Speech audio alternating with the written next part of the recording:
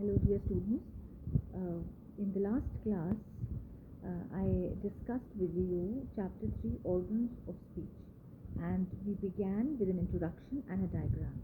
Now I will be continuing with this same topic today when we'll be talking about the various organs of speech in our body and how these organs help us to convert them into speech sounds. Now these organs which help us to convert us into speech sounds are called organs of speech. Now, as is already stated in this book and the page that I've already sent to you, it expresses that the organ of speech is not a happy one because all the organs that are described thus have functions other than the production of speech. So basically, not a happy one here means that every organ has its own different part and they have its own English way to work about it. So now he's saying the lungs, the vocal cords, and the tongue, the teeth, the lips are some of the organs that are described commonly in phonetic literature as organs of speech. So as I already told you earlier that the upper part, especially the facial parts and till the neck, and even the lungs, they play a very, very eminent part and role in emanating any kind of sounds from our mouth. The lungs, as you already know, the role of the lungs is to breathe, and the vocal cords shut tightly and thus prevent the food from entering the windpipe. The tongue is used for differentiating tastes, the teeth are used for chewing the food, and so on.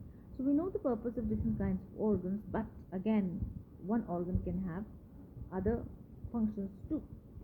So in addition to these primary functions, these organs also are involved in the production of speech sounds, and hence these are referred to as organs of speech.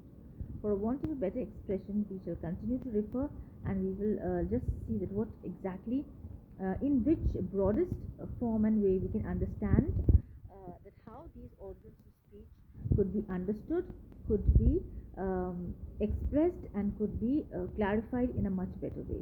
And these organs of speech have been now clearly divided into three groups. That is, the first is the respiratory group, that is the respiratory system.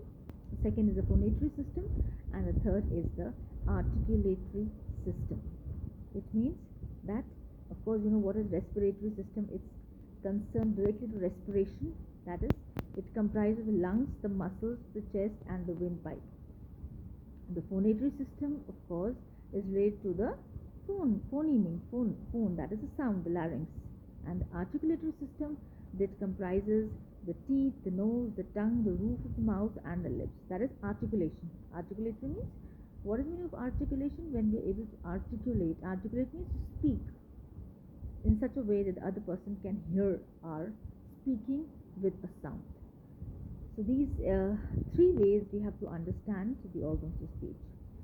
Now, first of all, I would like to take respiratory system. I think that it's only in action of the lungs and the chest, the muscles of the chest, and it is said that it has been mentioned in the previous chapters about how the respiratory this thing works, but we don't have to go in much detail about it. We just have to understand that how the lungs and the muscles of the windpipe and the chest, they contract and they become loose, and this way they form a kind of a sound and help a lot in emanating the sound.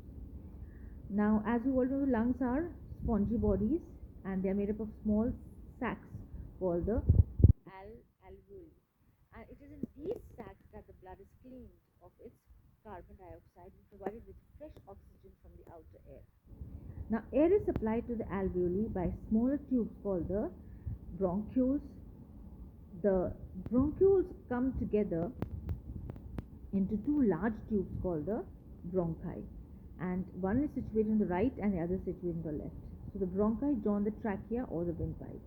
So it is through the trachea that the air that we breathe is passed through the throat into the lungs, and this act is commonly known as respiratory, which involves two processes: taking outer air into the lungs, which is called inspiration, and throwing out air from the lungs into the outer atmosphere, and that is called expiration. In other words, we can say the inhalation and exhalation that you might be inhale the air and exhale the air.